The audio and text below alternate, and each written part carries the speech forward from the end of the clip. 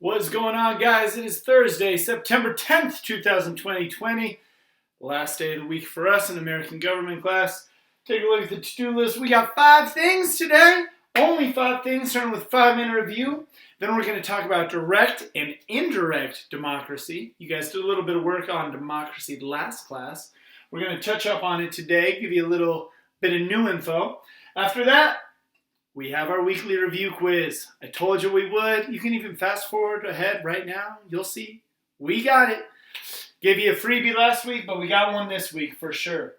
I'll give you today's assignment and the attendance question, and we'll make some moves on into Friday. So, that being said, we're going to take a little 5-minute review here. Hopefully prep you up for our quiz. Get you some good grades. Let's go.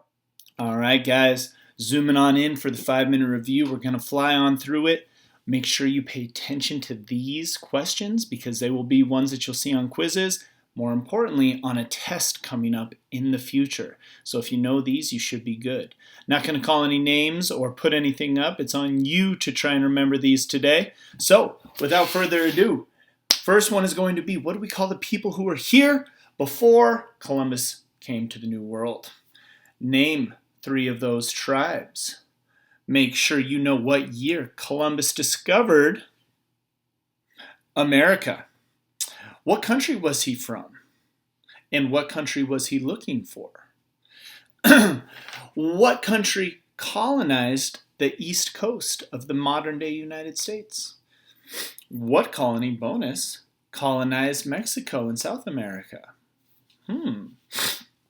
What was Aristotle the first student of? It's a tricky one. Aristotle, Greek guy. Talk about him today. Next, what are the 4 features that make up a state? And of those 4, which one means to have power, complete power, over your specific area? Moving on, we've got who came up with the idea of social contract theory? Again, we go, what is the name of the theory that says that the gods choose who should rule? That was used a long time ago. What are the 3 English landmark documents that we studied? And which one was written in 1215 and was the first time that anybody had said, king can't do this. You got to have limits on the power of the king. Moving on. And here we go. Last class's stuff. Which event said to the colonists living in America that they couldn't move west of the Appalachian Mountains? Which one said that the colonists had to house British soldiers and buy them food and beer and give them bedding? Which act required the colonists to buy a stamp to show that they paid for something? Usually a paper material like playing cards or marriage certificates.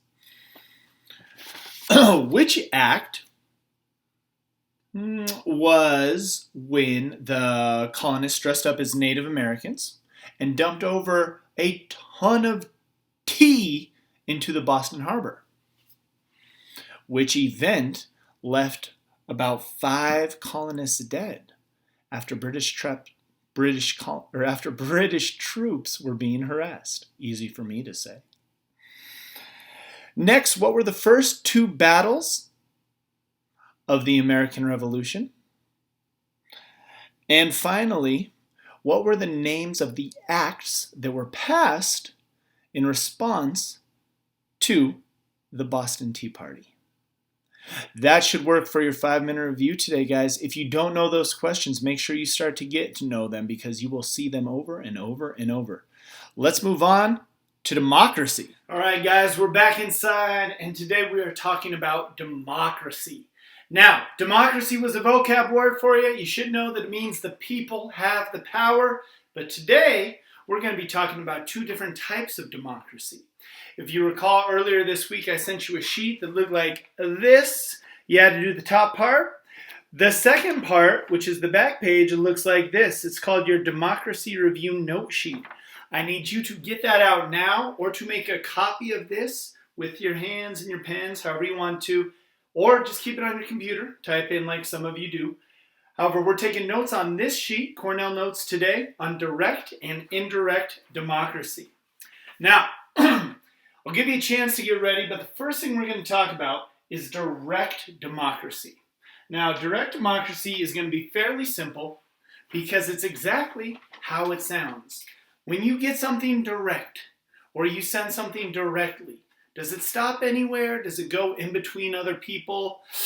No, it's direct. A direct flight from Arizona to New York goes straight from Arizona to New York. It doesn't stop in Texas to fuel up.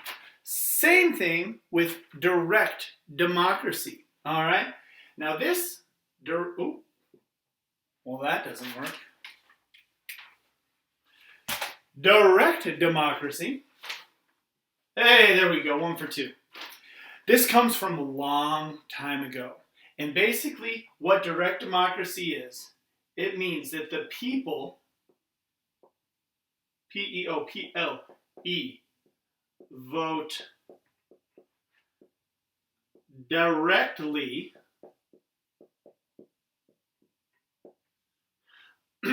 on everything.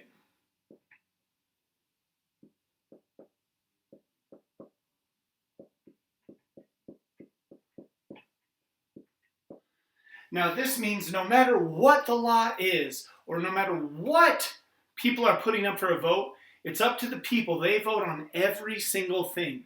They go into the town, no matter where they are, no matter what the day is, and they're voting directly on that law or on a rule change.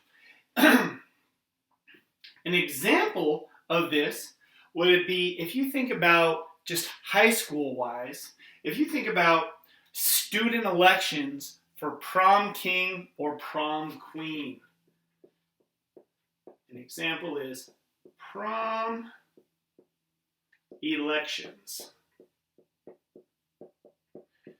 Now, we don't have prom at PA, and we're certainly not having it this year anywhere, but for prom elections, what happens is every single person gets to vote. You think, oh, I love Jenny, she's so cute, let's vote for her for prom queen. Boom, you get a vote. All the guys are like, yo, Steve's the man, we gotta vote for Steve, he's gonna be prom queen, king, I'm gonna vote for Steve.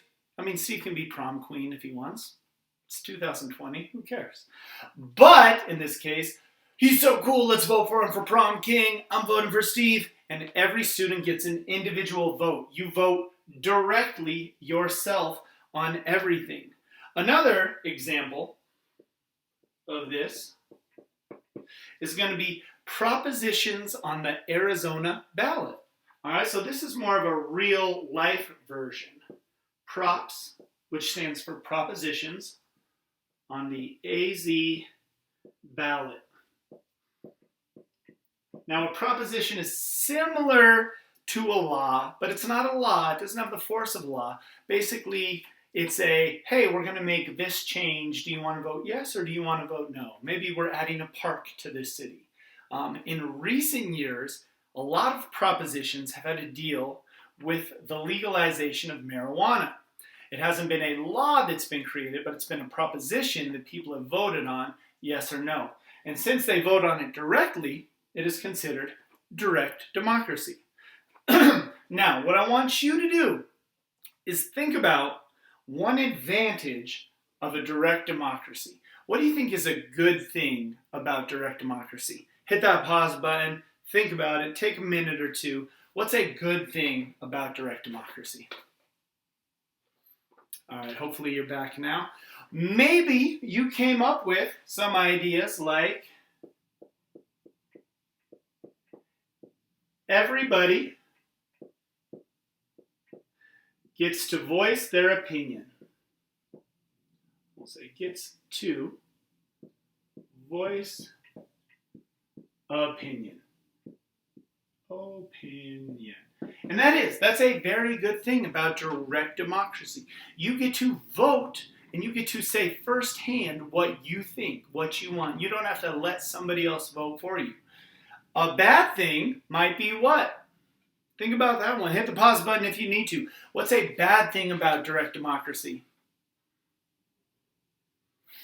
Maybe some of you came up with this, maybe you didn't.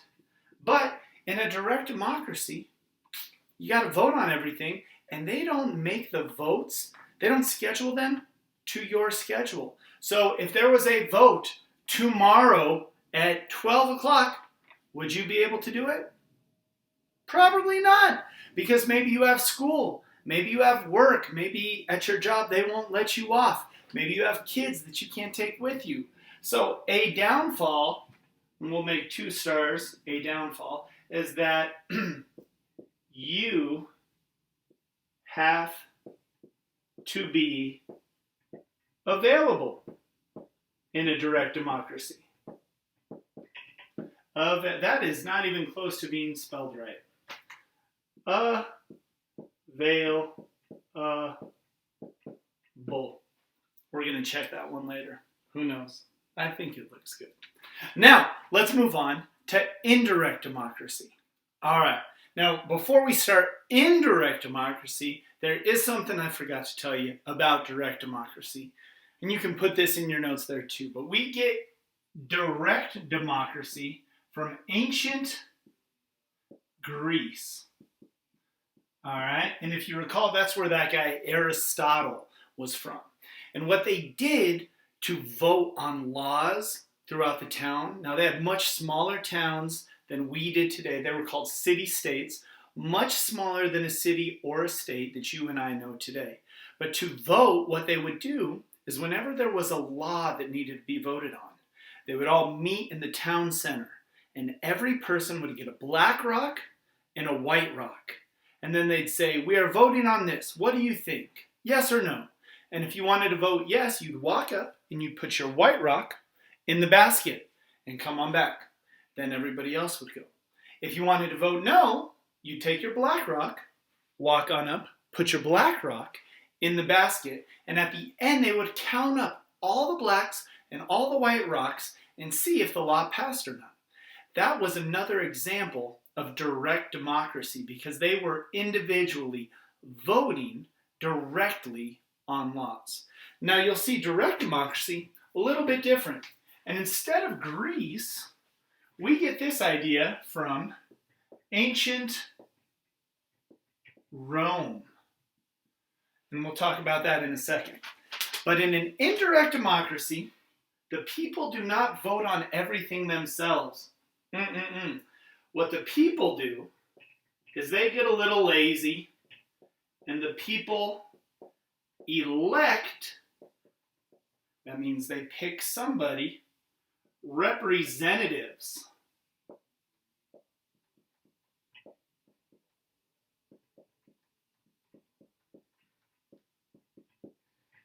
To make those laws. So elect representatives to make laws. That means they don't make the laws themselves, but they vote for people to make those laws. If you've ever seen the movie Gladiator, are you not entertained? It's a great movie. I didn't do it justice. But if you've ever seen the movie Gladiator, that's exactly what they're talking about there. They're talking about a republic. The last emperor wanted to form a republic, so the son killed him. A republic is exactly this. And that's what I want you guys to do right now, is put that word down. A republic. That's basically known as an indirect democracy. And that's the form of democracy that we have here in the United States.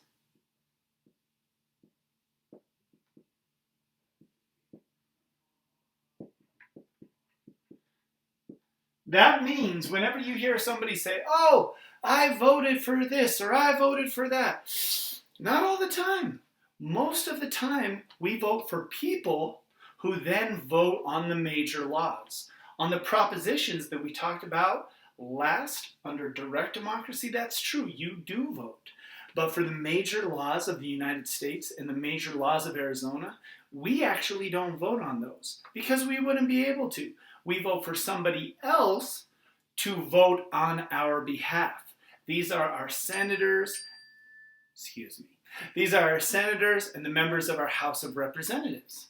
And that's called a republic. So a republic can still be a democracy, but it's where you have people elect representatives. This is found, as I said, in the U.S. government. We have United States senators and United States House of Representatives, as well as the Arizona government. We have our own government in Arizona, and we'll talk about that as well. But we have representatives that make laws just for Arizona. Another example of this that you would probably understand a little bit better is student council. In most cases, amongst most schools, the students of the whole school vote for student council. And when you vote for a student council, these are the guys who make the rules for the rest of the students, who come up with game ideas, game days, field trips, those kind of things. They get to decide what the whole school is going to do.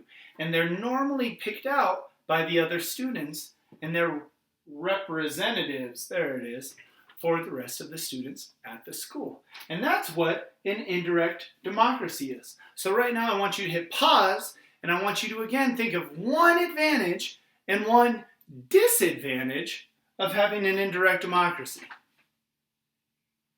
All right, great. Maybe you thought 1 star means an advantage. Is that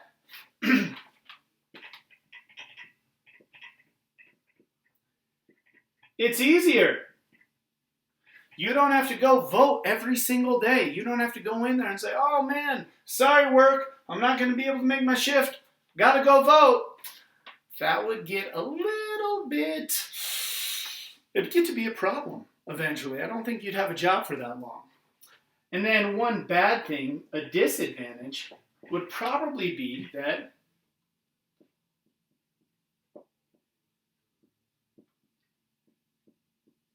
it's not necessarily your vote.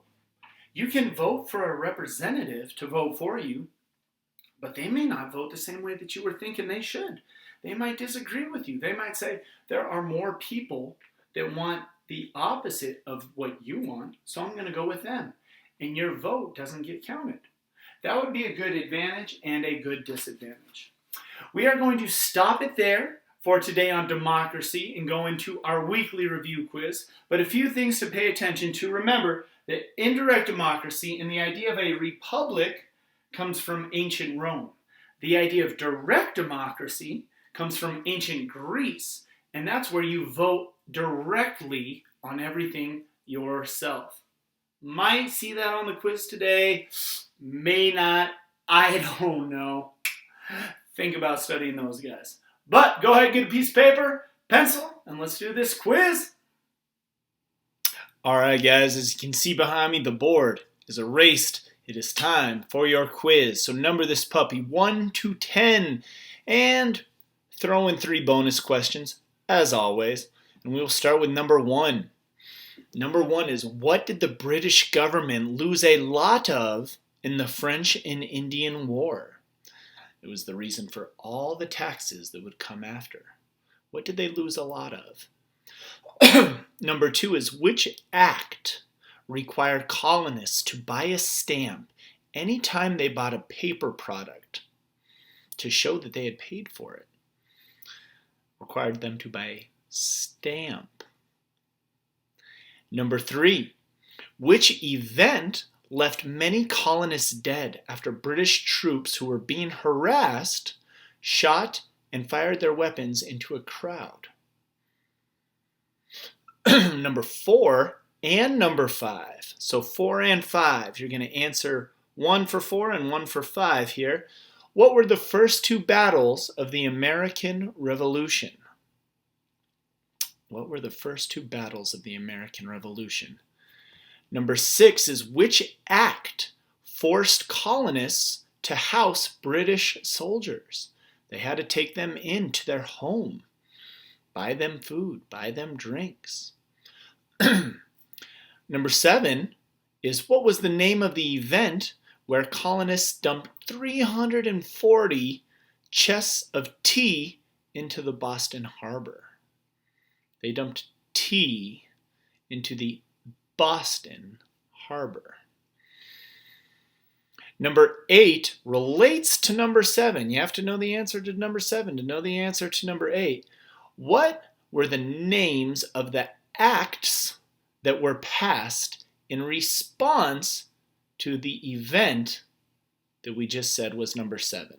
The answer to number 7. After that happened, these acts were passed in response to that.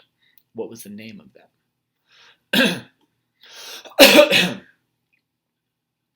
Number 9 is, what form of democracy do you have if you vote on everything yourself?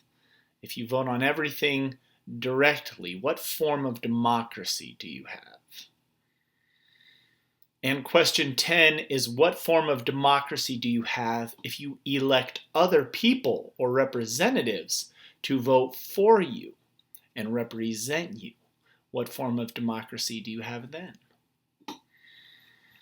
And finally, we got our bonus questions. Number 11, what country does democracy come from? Democracy.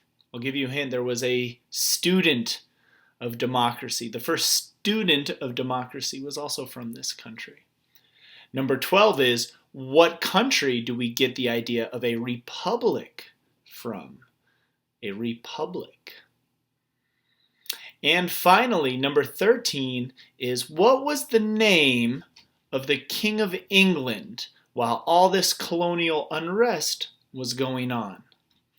That is your weekly review quiz for the day. If you go ahead and meet me back at the board here, you will see that we still have today's assignment and the attendance question. All I want from you today is very simple. For your assignment and your attendance question, just send me a picture of the quiz you just took. All right? I will get that graded. It'll go in the grade book. We got grades coming out this week. So if you are curious, you want to know what your grade is, just holler at me, let me know, and we'll make sure that you get that info. Hope you guys have a great rest of your week. You only got one day left. Have a great weekend, and we will see you next class. Take care.